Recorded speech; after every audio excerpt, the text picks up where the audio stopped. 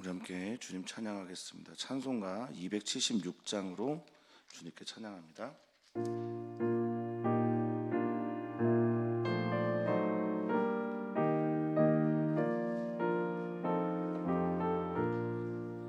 아버지여, 이 죄인을 용납하여 주시고 예수님의 이름으로 구원하여 주소서.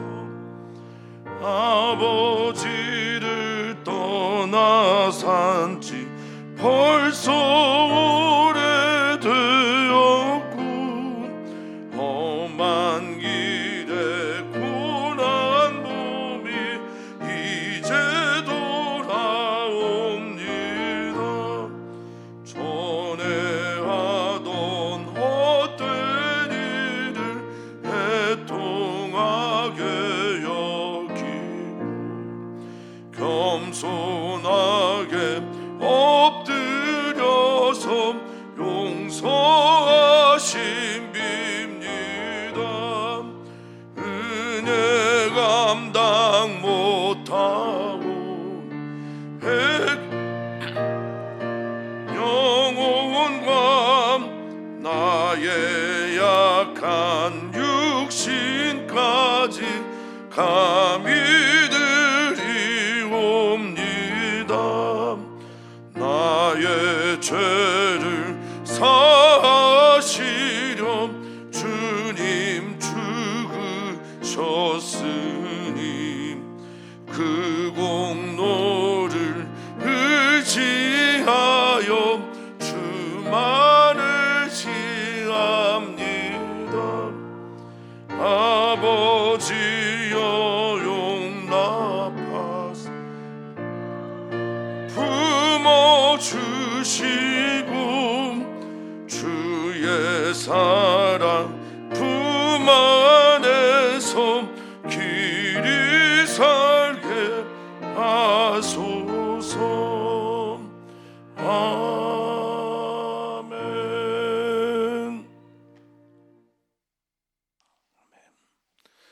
하나님 감사합니다. 하나님 앞에 서 있는 우리들이 하나님의 말씀을 들을 수 있어서 감사합니다. 하나님, 우리의 문제는 언제나 믿음의 문제인데 믿음이 들음에서 나오기에 오늘 들려주시는 그 말씀에 아멘하며 주님의 말씀의 방향을 따라 살아가는 우리 모두가 되게 해 주시옵소서. 우리가 주님의 길을 걸어가다가 넘어지고 또 지쳐서 쓰러지게 될 때는 일어나 걸어라 격려하여 주시고 위로하여 주시고, 만약 우리가 주님의 품에서 돌이켜 다른 길을 가게 될 때는 가장 큰 확성기를 통해 우리에게 돌아와라 라고 말씀해 주시는 우리 주님의 그 사랑 앞에서 그 사랑을 받아들이며 살아가는 우리 모두가 되게 해 주시옵소서. 오늘 주님의 사랑이 우리를 깨우고 주님의 은혜가 우리로 일어나게 하며 주님의 그 자비 안에서 세상이 줄 수 없는 평안 가운데 살아가는 우리 귀한 성도들 되길 소망하며 사랑 많으신 예수님의 이름으로 기도하옵나이다. 아멘. 하나님의 말씀 함께 봅니다. 스바냐서입니다. 스바냐, 구약성경 스바냐서 1장 14절에서 2장 3절까지의 말씀입니다. 스바냐서 1장 14절에서 2장 3절까지 말씀 우리 한 목소리로 읽도록 하겠습니다. 여호와의 큰 날이 가깝도다. 가깝고도 빠르도다. 여호와의 날의 소리로다. 용사가 거기서 심히 슬피우는도다. 그날은 분노의 날이요 환난과 고통의 날이요 황폐와 패망의 날이요 캄캄하고 어두운 날이요 구름과 흑암의 날이요 나팔을 불어 경고하며 견고한 성읍들을 치며 높은 망대를 치는 날이로다. 내가 사람들에게 고난을 내려 맹인같이 행하게 하리니 이는 그들이 나 여호와께 범죄하였음이라. 또 그들의 피는 쏟아져서 티끌같이 되며 그들의 산은 분토같이 될지라. 그들의 은과 금이 여호와의 분노의 날에 능히 그들을 건지지 못할 것이며 온 땅이 여호와의 질투의 불에 삼켜지리니 이는 여호와가 이 땅 모든 주민을 멸절하되 놀랍게 멸절할 것임이라. 수치를 모르는 백성아, 모일지어다 모일지어다. 명령이 시행되어 날이 겨같이 지나가기 전, 여호와의 진노가 너희에게 내리기 전, 여호와의 분노의 날이 너희에게 이르기 전에 그리할지어다. 여호와께서 규례를 지키는 세상의 모든 겸손한 자들아, 너희는 여호와를 찾으며 공의와 겸손을 구하라. 너희가 혹시 여호와의 분노의 날에 숨김을 얻으리라. 아멘. 아멘. 오늘부터 11월 말까지는 스바냐서를 묵상하게 됩니다. 제가 대학원 시험을 벌써 한 5년 전 정도 되는데, 대학원 시험을 볼 때 그런 문제가 있었습니다. 몇 개의 선지서를 올려놓고 이 선지서들의 공통점이 무엇인지 쓰시오, 이런 거였습니다. 그런데 제가 제대로 썼는지는 모르겠는데 모든 선지서마다 공통적인 주제가 있어요. 그게 뭐냐면 여호와의 날이라는 겁니다. 스바냐서도 여호와의 날에 대한 메시지, 이것이 중심이라고 할 수 있겠습니다. 이 여호와의 날은 심판의 날인데요, 심판의 날이면서 동시에 주님의 길을 잘 걸어가는 사람들에게는 구원의 날이기도 합니다. 그런데 성도님들은 어떠신지 모르겠습니다만, 주님의 심판의 날이 다 구원의 날인 것은 우리가 그럴 자격이 있어서 그 구원을 얻는 건 당연히 아니겠죠. 우리가 그 구원을 얻는 것은 전적으로 주님의 은혜입니다. 그래서 우리는 주님의 은혜에 의탁된 삶을 살아가야 되고, 이것이 진정 우리의 복일 것입니다. 여호와의 날이 주제라고 하면 여호와의 날에 하나님께서 심판을 하시는 게 하나님의 바람이 아니고요, 어떻습니까? 모두가 다 심판에서 돌아와서 구원 얻기를 원하시는 게 이 여호와의 날에 담겨진 하나님 아버지의 마음이요, 선지자들의 메시지일 겁니다. 그래서 또 하나의 주제는 너희 심판받기 전에 어서 돌아오라 라는 메시지가 같이 들어가 있습니다. 모든 선지서들이 그렇게 기록되어 있다라고 해도 과언은 아닌데요, 그런데 그 시대마다 또 상황마다 전해오는 메시지가 조금씩 다르죠. 그래서 선지서들은 대부분 이 여호와의 날과 심판과 돌아와서 심판에서 벗어나 구원을 얻으라라는 주된 메시지를 가지고 그 시대와 상황에 맞춰서 전해주는 것이 특징이라고 할 수 있겠습니다. 소선지서는 좀 짧죠. 우리는 짧은 설교가 더 좋고 긴 설교가 더 좋다라고 할 수 없듯이, 짧은 선지서가 더 우리에게 귀에 잘 들어오고 긴 선지서가 더 잘 안 들어오고 이런 건 아닙니다. 둘 다 하나님 아버지의 마음을 따라, 하나님 아버지의 소명을 따라 살아간 사람들의 이야기이기에 귀를 기울이고 하나님 아버지의 마음이 무엇인지를 들을 필요가 있습니다. 스바냐는 여호와께서 숨겨준 자라는 이름의 뜻을 가지고 있는 선지자이면서 히스기야 왕을 참 잘 아실 겁니다. 히스기야 왕의 특징을 성경은 이렇게 표현하고 있죠. 히스기야가 여호와 하나님을 의지하였는데, 히스기야처럼 하나님을 의지한 왕은 히스기야 이전에도 이후에도 없었다라고 하는 히스기야 왕의 4대 손입니다. 4대 손이기 때문에 왕족이라는 말이고요, 또 히스기야의 정신을 잘 가지고 있는 사람이라고 할 수 있겠습니다. 그런데 이스라엘 백성들이 지금 활동하는 요시야 왕 때에 스바냐는 활동을 하는데, 이스라엘 백성들이 그동안 많은 우상의 범죄, 또 죄악을 저질렀죠. 므낫세, 아몬 등이 그렇게 살아왔던 겁니다. 너희가 우상 숭배하고 하나님을 떠났으니 너희는 반드시 여호와의 날에 심판을 받게 될 것인데 그 전에 돌아왔으면 좋겠다라는 아주 강력한 메시지를 전하는 게 스바냐의 이야기입니다. 돌아와서 여호와 하나님 앞에서 회개하고 숨겨진 자, 그 하나님의 심판에서 벗어난 자가 됐으면 좋겠다라고 말씀하고 있습니다. 14절입니다. 여호와의 그래서 큰 날이 가깝도다. 가깝고 빠르다 이렇게 말합니다. 가까우니까 빨리 오겠죠. 이 카라보라고 하는 이 가깝다라는 건 바로 내 앞에 있다는 뜻입니다. 예수님이 하신 말씀 있죠. 회개하라, 천국이 가까웠다라는 그 가깝다라는 말처럼 선지자들은 여호와의 날 심판이 가까이 있음을 날마다 경고합니다. 생각보다 그 이후에 조금 더 버티죠. BC 621년의 메시지인데 BC 586년의 이야기니까 내일 일어나는 것이 아닌데 아주 강력하게 메시지를 전하는 겁니다. 가깝다, 크다, 빠르다라고 말을 하고 있습니다. 그 여호와의 날 심판의 소리가 얼마나 큰지 가깝고 빠르게 너희들한테 들렸으면 좋겠다라고 말하고 있습니다.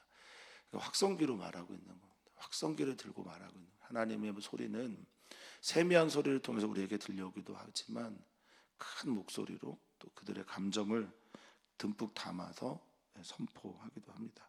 여호와의 날에 소리가 들린다. 그 내용이 어떤지 14절 이하에 설명하고 있습니다. 그날에 어떤 일이 일어나느냐? 용사가 거기서 심히 슬피 운다라고 말합니다. 용사는 강력한 힘을 가지고 있는 사람이고 또 위대한 자라는 뜻도 가지고 있습니다. 잘 사는 것처럼 보는 사람들, 안전한 것처럼 여겨지는 사람들, 힘이 있어서 모든 문제에 대해서 감당을 잘하는 것처럼 보이는 사람들이 용사인데 그들도 심히 슬피 우는 그날이 다가오고 있다. 그들도 감당이 안 되는 그런 심판의 날이 다가오고 있다. 당시에는 아수르가 점점 줄어들고 이제 바벨론이 그 근동 지역의 패권국으로 자리 잡을 때입니다. 그러니까 바벨론에 의해 심판받을 것들을 전하고 있는 예레미야 그리고 지금 우리가 읽고 있는 스바냐, 하박국서는 다 괴를 같이 한다고 볼 수 있겠습니다. 자, 심히 슬피 운다라고 하는 이 소리, 짜라흐라고 하는 히브리어입니다. 짜라흐라고 하는 히브리어는요, 그냥 슬피 울다라는 뜻도 있지만 아주 날카롭게, 왜 그런 거 있잖아요. 너무 슬프게 우는 분들이 내가 참 듣기 어려울 정도로 힘든 아주 날카롭고 째지는 소리, 깨지는 소리, 이런 소리를 말할 때 이 차라라는 말을 합니다. 그러니까 얼마나 아프면 그 비명이 그렇게 들려오는 겁니다. 그러면서 그날에 대해서 자기가 쓸 수 있는, 자기 용어로 사용할 수 있는 모든 종류의 슬픔과 고통과 아픔과 어둠에 대한 이야기를 이 스바냐는 합니다. 그날이 오면 하나님의 분노의 날이고, 그날은 환난과 고통의 날이고, 황폐해지고 패망해지는 날이고, 깜깜하고 어두운 날이고, 구름과 흑암의 날이다라고 말을 하고 있습니다. 그 분노로 시작된 그 날, 하나님의 에브라라고 하는 이 분노는 감정 폭발이에요. 하나님께서 그동안 참고 참으셨던 그 분노가 터지는 날, 하나님의 이 분노와 진노와 이 모든 것들이 폭발한 그날에 의해서 너희는 환난도 당할 것이다, 고통도 당할 것이다. 이 환난은 때리다라는 뜻을 가지고 있거든요. 그러니까 하나님한테 만든 거예요. 제대로 맞아서 이 짜라라고 하는 말인데 짓밟히는 거예요. 사람들에게서, 바벨론에서 짓밟히겠죠. 고통을 당합니다. 이 고통은 메추라라고 하는 히브리어인데 이 자체가 그냥 고통이기도 하지만 고통에서 오는 비탄, 고통에서 오는 슬픔, 이걸 같이 포함하고 있습니다. 피할 수 없다라는 거죠. 고통이 찾아오는데 피하는 종류의 그런 고통 아니고 진통제 맞아서 낫는 종류가 아니라는 겁니다. 그래서 그 결과가 어떻습니까? 황폐하고 패망하는 거죠. 황무지가 되고 광야가 돼버리는 겁니다. 황폐하고 패망하고 무너져 버리니 아무것도 보이지 않아요. 아무것도 보이지 않으니 캄캄하고 어둡다고 말하는 겁니다. 이 캄캄한 뜻을 가지고 있는 호셰크라는 말, 욥이 표현했던 바로 그건데, 그날 차라리 어두웠으면, 그날이 광명이 없었으면 하는, 이거는 종교적인 어둠까지 같이 포함합니다. 그러니까 하나님을 볼 수 없는 지경에 이른 그런 깜깜한 날을, 어두운 날을 경험하게 될 거다. 너의 삶이 구름과 흑암으로 싹 덮였다라고 말하고 있습니다. 이 흑암이라고 하는 아라펠이라고 하는 흑운이에요. 흑운, 깜정색 구름. 근데 이스라엘이라는 땅이 검정색 구름이 그렇게 많지 않거든요. 먹구름이 많지 않아요. 우리나라는 뭐 더러 보이기도 하지만 이스라엘은 이 먹구름이 보이지 않습니다. 그러니까 이 먹구름이 보일 정도로 태양이 빛을 잃고, 마틴 부버가 했던 말처럼 하나님의 일식이 보이는 거지, 하나님의 얼굴이 가려지는 것 같은 그런 날들이 있을 것이다. 그런 날이 여호와의 큰 날이다 라고 말하고 있습니다. 16절입니다. 그날은 나팔을 불며 경고하며, 전쟁 소리예요. 전쟁이 일어난다는 뜻입니다. 나팔을 불며 경고하는데, 전쟁에서 들려오는 그 떠들썩한 소리들, 전쟁에서 들려오는 시끄러운 소리들, 이것들을 말합니다. 이 경고들, 그 전쟁을 통해서 견고한 성읍들이 무너집니다. 내가 세웠다고 생각하고 안전하다고 생각하는 높은 곳에 지어져 있는 그것들이 무너지는 겁니다. 높은 망대가 치는 날입니다. 다 아시겠지만 예전에 우리는 지금 뭐 높은 곳에, 높은 산에 집을 얼마나 짓는지는 모르겠습니다만, 고대 사회에서는요, 높은 곳에 올라가면 올라갈수록 부유한 사람이고, 도시는 높은 곳에 지어야 안전했습니다. 예루살렘이 그렇고요. 요르단의 암만이라고 하는 지금 수도죠. 거기도 뭐 높습니다.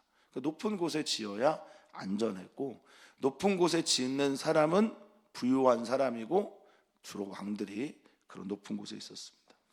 방어하기 위해서 그랬던 거고, 전쟁 때문에 그랬던 건데, 이 견고한 성읍도 높은 망대도 다 그것을 의미합니다.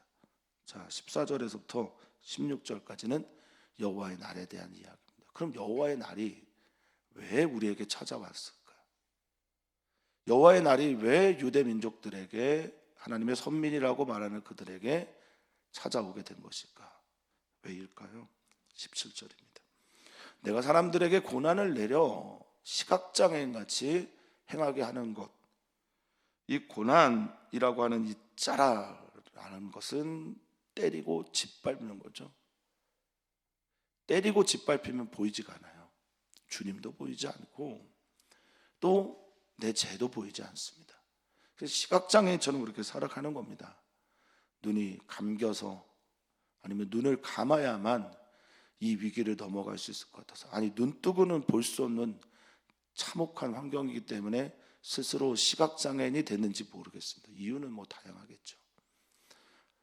하나님께 눈이 가려져서 우상숭배해서 그런 건지, 아니면 이 참혹한 현실이 너무나 비참하기 때문에 시각장애인이 된 건지, 아니면 눈을 뜰 수 없을 정도로 내가 고통을 받고 있는 건지, 어찌됐든 시각장애인이 되게 하시는데, 이유가 그들이 나 여호와께 범죄하였기 때문이다 라는 겁니다.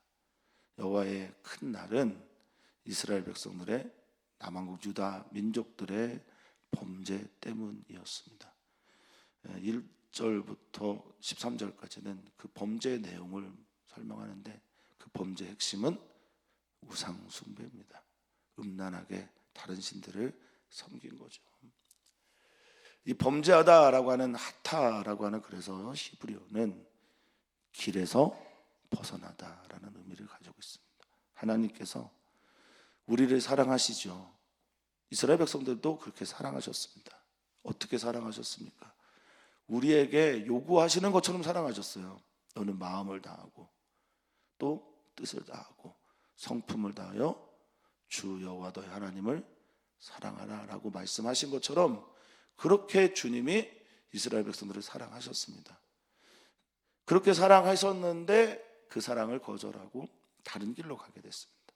우상 숭배하고 하나님을 업수히 여기는, 망령되이 행하는 일들을 반복했던 겁니다. 자, 그래서 그들의 피가 쏟아져서, 피는 생명을 말하는데 피가 쏟아져서 티끌, 이 아빠르라고 하는 먼지죠. 잿더미. 피가 흩날리는 게 먼지가 날리는 것처럼 그렇게 가치 없는 게 됐어요. 근데 너희들의 생명이 그렇게 무가치한 것이 되는구나 라고 말하고 있는 겁니다. 그들의 살덩이들은 분토가 뭡니까? 분토가. 여기 게잘이라고 하는 이 분토는 다름 아닌 사람의 변이죠. 배설물입니다. 그렇게 여겨지게 됐다라는 겁니다. 나의 살과 피가, 너희들의 살과 피가 하나님께 범죄함으로 그렇게 되었다라고 합니다. 가치 있는 것이 무가치하게 여겨지는, 가치 있는 것들이 그냥 땅바닥에 밟혀지는 진토처럼, 티끌처럼, 그 살들이 버려지는 배설물처럼 그렇게 여겨지게 된다라는 겁니다. 하나님의 심판이, 경고의 메시지가 정말 무섭습니다. 확성기를 틀어놓고 우리의 귀에다가 강력하게 소리내는 것처럼 그렇게 들립니다. 피할 수가 없을 것 같습니다. 18절입니다. 너희들이 가지고 있는 게 뭐냐? 그게 금과 금이냐? 여호와의 분노의 날에는 그 어떤 것도 의미가 없다. 너희를 건지지 못한다. 이 은과 금은 그들의 재산이기도 하지만요, 이 은과 금은 그들이 만들어내는 우상 덩어리들이기도 합니다. 지금 자본주의 사회죠. 돈이 신이 되어버린 사회, 돈이 유사 전능성을 가지고 있는 사회, 그 사회죠. 근데 그것들이 여호와의 분노의 날에는 건질 수가 없습니다. 뇌물도 통하지 않습니다. 물질을 가지고 바벨론이 침략해 오는 것을 막을 수가 없습니다. 이 건지다라는 말, 나짜르라는 말인데요, 죽음에 빠져있는, 물에 빠져있는 사람을 건져내고 끄집어내는, 그거 할 수 없다. 이 온 땅이 여호와의 질투의 불, 주님의 질투, 시기, 열심, 이런 것들을 뜻하는 키냐라는 히브리어입니다. 하나님께서 질투하시는, 다른 신들을 섬겼으니 그 질투의 불에 삼켜질 것이다 라고 경고하고 있어요. 그러니 그 결과물이 어떻습니까? 온 땅이 삼켜지고, 그리고 이 땅 모든 주민입니까? 온 땅과 모든 주민, 예외 없는 겁니다. 예외 없이 하나님을 떠났으니 예외 없이 하나님의 심판을 받는다라고 말합니다. 멸절하는데, 끝내는데, 완전히 사라지게 하는데 많은 사람들이 놀라울 정도로 멸절할 것이다 라고 말하고 있는데, 이 놀랍다라는 바할이라고 하는 히브리어는요, 전율하는 거예요. 서프라이즈한 그런 의미가 아니라 그냥 몸이 그냥 저절로 막 떨리는 그런 떨림을 경험할 정도로 멸절될 것이다 라고 말을 하는 겁니다. 자, 여기까지가 이제 여호와의 심판의 날에 대한 경고의 메시지라면, 그 다음 메시지는 뭡니까? 너희들에게 내가 이제 진짜 전해주고 싶은 말은 이거야. 그게 뭡니까? 돌아와라, 회개하자, 돌아와서 하나님의 품에 안기자, 숨자라는 게 주님의 메시지입니다. 스바냐라고 하는 이름의 뜻 그대로입니다. 여호와께서 숨겨둔 자, 남은 자. 그래서 스바냐의 굉장히 중요한 주제 중에 하나는 남은 자입니다. 그루터기 같은 사람들이죠. 이 남은 자가 구원을 보는 사람들이고, 이 남은 자가 주님께 피하는 자고 돌아오는 자입니다. 수치를 모르는 백성아 모일지어다. 그렇죠. 심판받아서 얼굴이 창백해지다라는 뜻을 가지고 있는 이 수치, 카샤프라는 단어, 얼굴이 완전히 창백해져서 겁에 질려서 정말 낯빛이 어두워져서 아무것도 경험할 수 없을 정도로 두려워하고 약해져 빠지는 사람들을 말할 때, 여호와의 심판 앞에 서 있는 사람들 모여라, 하나님이 찾으신다, 하나님께 나와라 라고 말합니다. 2절입니다. 뭐라고 그러고 있습니까? 명령이 시행되어 날이 겨같이 지나가기 전에, 여호와의 진노가 너희에게 내리기 전에, 여호와의 분노의 날이 너희에게 이르기 전에 그리하라 라고 말하고 있습니다. 반복해서 말씀하고 있는 전이란 단어가 이 구절의 핵심이겠죠. 주님의 그날이 다가오기 전에, 그날이 급속도로 빨리 오는데 그 전에 테롬이라고 하는 아직 아닌, 너희들이 계속 이렇게 살면 그렇게 될 수밖에 없는 그날이 오기 전에 돌아와라 라고 말하고 있습니다. 하나님의 명령이 시행되면, 명령이 선포되고 시행되면 우리는 우리의 삶이 다 겨같이 바뀌게 됩니다. 이 멋이라고 하는 이 모든 일들이 겨죠, 풀이죠, 쓰레기죠, 찌꺼기입니다. 그렇게 그냥 다 사라지기 전에 여호와의 진노, 여호와의 하론이라고 하는 열기, 분노, 타오르는 그 분노가 너희에게 내리기 전에, 이 내리다라는 단어와 여호와의 분노의 날이 너희에게 이르다라고 하는 단어는 같습니다. 보라는 건데요, 오다라는 히브리어이면서 임재하다, 임하다라는 뜻을 가지고 있어요. 그러니까 여호와께서 그렇게 하시기 전에, 그것이 임하기 전에, 너에게 오기 전에, 너희 삶에 들어오기 전에 너희 주님께 돌아와라. 주님의 소리에 반응해라. 모여라 라고 말하고 있습니다. 3절입니다. 3절 말씀은 우리 같이 읽겠습니다. 여호와의 규례를 지키는 세상의 모든 겸손한 자들아, 너희는 여호와를 찾으며 공의와 겸손을 구하라. 너희가 혹시 여호와의 분노의 날에 숨김을 얻으리라. 아멘. 스바냐라는 이름의 뜻이 여호와께서 숨기는 자라는 뜻을 가지고 있죠. 심판의 날이 이르기 전에 주님께 돌아옵니다. 모입니다. 그런 사람들은 어떤 사람들입니까? 여호와의 규례를 지키는 세상의 모든 겸손한 사람들입니다. 그 겸손하지 않으면 들리지 않아요. 겸손한 사람들의 특징은 정말 잘 듣습니다. 겸손한 사람들은 하나님의 말씀에 반응할 준비가 되어 있는 사람들입니다. 듣고 반응하고, 듣고 반응하는 걸 성경에서는 순종이라고 말을 하죠. 들리는 것만 하는 것이 아니라 믿음으로 그것을 반응하면 순종할 준비가 되어 있는 사람들. 여호와의 규례라고 하는 이 규례는 미슈파트입니다. 여호와의 정의죠.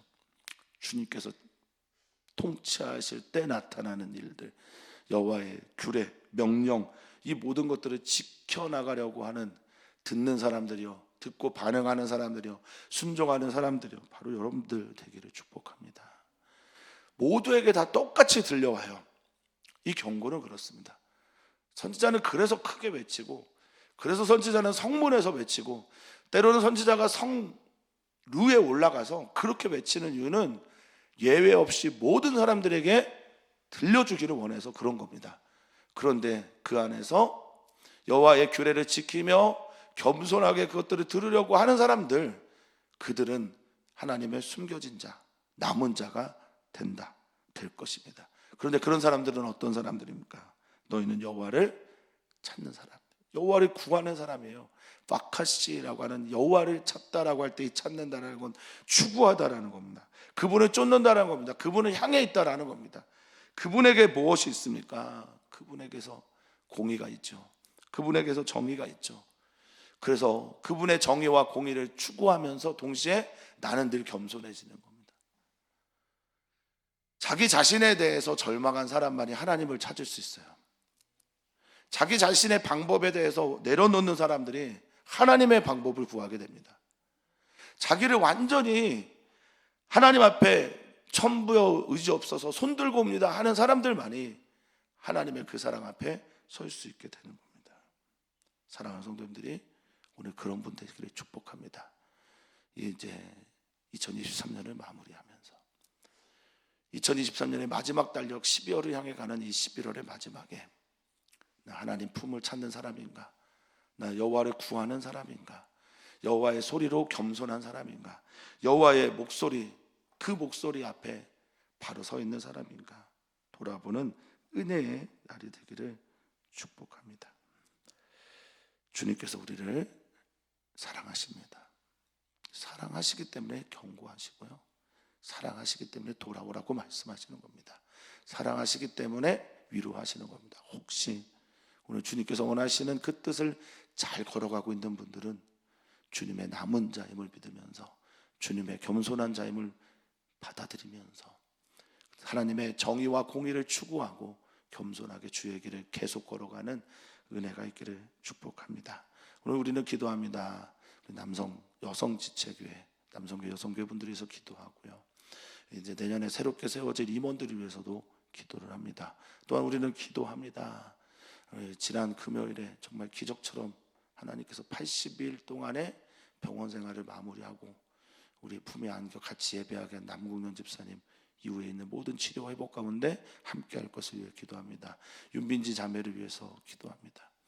그 아픔과 눈물과 아버지 어머니의 그 하나님의 향한 기도를 주께서 들어주시기를 기도합니다. 항암 치료하는 가운데 마음 무너지지 않도록 몸도 상하지 않도록 주님의 지켜주시고 돌봐주시는 은혜가 여호와의 얼굴을 우리 자매에게 향하시도록 그렇게 기도 부탁을 드립니다. 교회 재정을 위해서 기도하고 또 교회를 위해 우리가 함께 나아갑니다. 선교사들을 위해서 기도하는 것도 멈추지 않아 주셨으면 좋겠습니다. 주여, 우리에게 여호와의 날이, 어떤 이에게는 심판의 날이, 어떤 이에게는 하나님의 분노의 날을 경험하는 날인지 모르겠으나 우리에게 여호와의 날이, 주님 품에 안겨져 있는 성도들에게는, 주님의 목소리에 아멘하고 돌이킨 성도들에게는 그 날이 구원의 날이며 감사의 날이며 찬양의 날이 되게 해 주시옵소서. 주님, 그러나 우리가 자격이 있지는 않습니다. 우리가 여호와의 날에 올 때 그 누구도 당당할 수가 없지요. 주님, 그럼에도 불구하고 우리가 그 날에 그 날을 기다리는 것은 하나님의 은혜가 우리에게 너무나 크기 때문에 그렇습니다. 전적으로 하나님의 사랑과 은혜에 의지하면서 날마다의 일들을 하나님의 날과 하나님의 일로 만들어가는 우리 귀한 성도들 되게 하여 주시옵소서. 오늘이 주님이 우리에게 얼굴을 향하시는 빛나는 날이 되기를 소망하며 이번 주가 주님이 우리를 사랑하셔서 그 얼굴을 향하여 주셔서 평강과 지켜주심과 보호하시는 날들로 가득 차 있는 그런 한 주가 되게 하여 주시옵소서. 감사하며 사랑 많으신 예수님의 이름으로 기도하옵나이다. 아멘.